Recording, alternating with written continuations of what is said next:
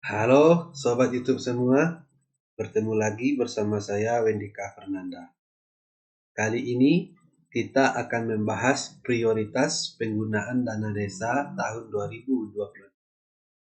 Bahan ini saya rangkum melihat Rancangan Undang-Undang Anggaran Pendapatan Belanja Biaya Negara tahun anggaran 2025. Dan mungkin di dalam bulan November ini, anggota Dewan akan menyetujui rancangan undang-undang ini.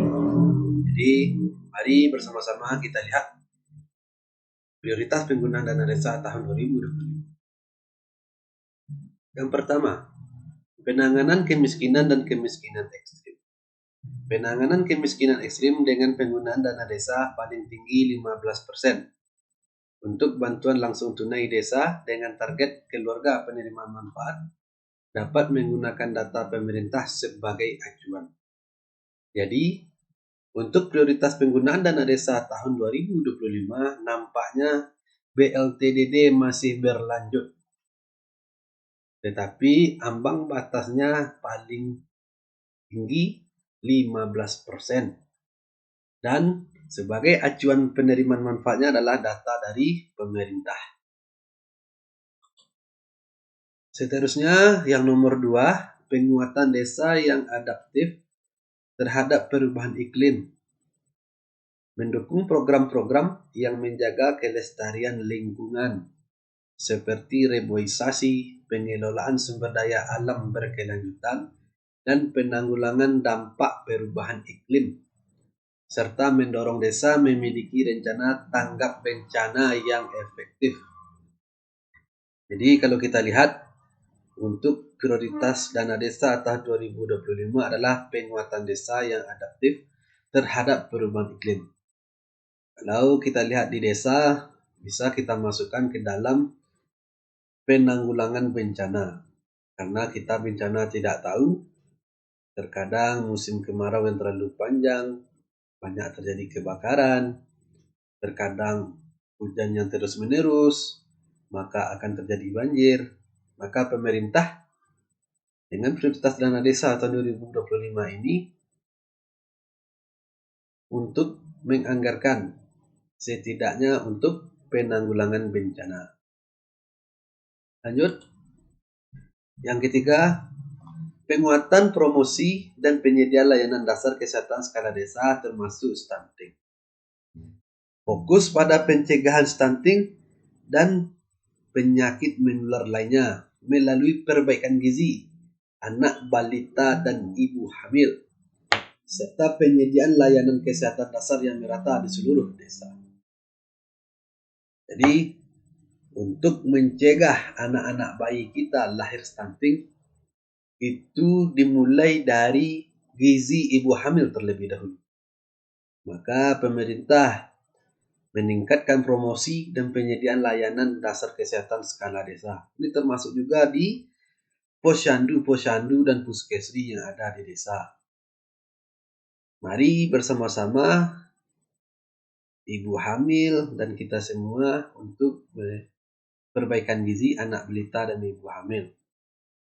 Dan juga kalau saya melihat berita untuk tahun 2025, Presiden terpilih Republik Indonesia Bapak Prabowo Subianto terus menggenjot bahwa untuk tahun 2025 program makan gratis dan bergizi untuk anak-anak di seluruh Indonesia ini akan terrealisasi.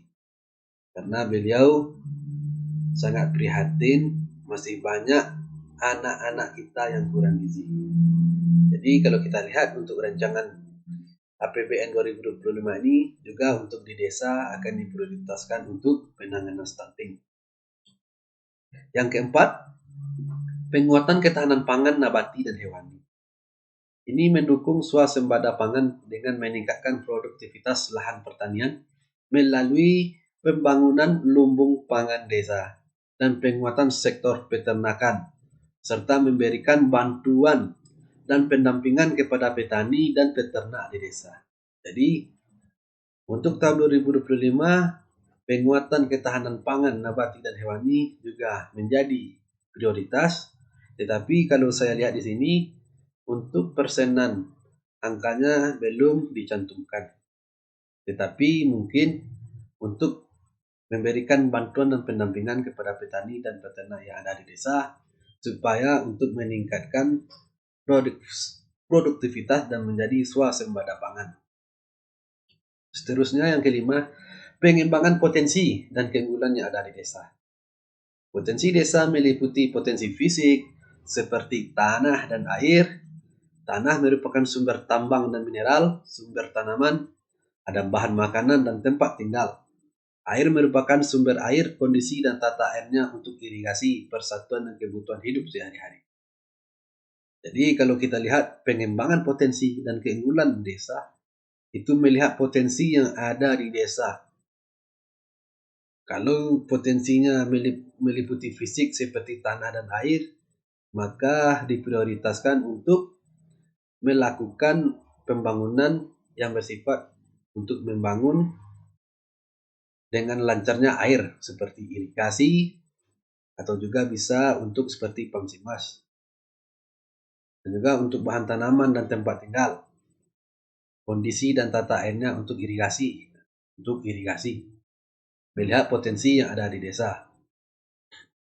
Kalau ada pariwisata, tentu kita menggenjot untuk pariwisata. Yang keenam, pengembangan ekonomi desa dan teknologi informasi. Mendorong pengembangan ekonomi desa melalui pembangunan sarana perdagangan, pemberian bantuan permodalan kepada badan usaha milik desa, serta pemanfaatan teknologi informasi untuk meningkatkan pelayanan desa dan mempercepat akses informasi bagi masyarakat. Jadi, untuk pengembangan BUMDes atau BUMNAT ini akan menjadi prioritas di tahun 2025 dan akses informasi bagi masyarakat seperti website dan juga bisa juga seperti sosial media. Tapi kalau kita di pemerintahan itu alangkah baiknya kita menggunakan website. Makanya pemerintah mendorong supaya pemanfaatan teknologi informasi ini tetap digenjot di desa-desa. Yang ketujuh, pembangunan infrastruktur desa berbasis padat karya. Meningkatkan konektivitas dan memperbaiki infrastruktur dasar melalui proyek padat karya tunai, termasuk pembangunan atau pemeliharaan jalan desa, penyediaan air minum, sanitasi, serta pengelolaan sampah, yang juga menciptakan lapangan kerja bagi masyarakat setempat.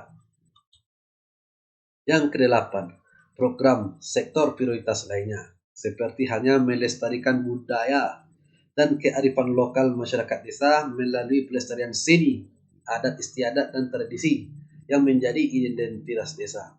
Sehingga desa tetap mempertahankan nilai-nilai yang diwarisi dari leluhur. Sekian, terima kasih. Jadi, hanya itu yang bisa saya sampaikan prioritas penggunaan dana desa. Dukung terus channel saya supaya channel saya ini terus berkembang. Bye-bye.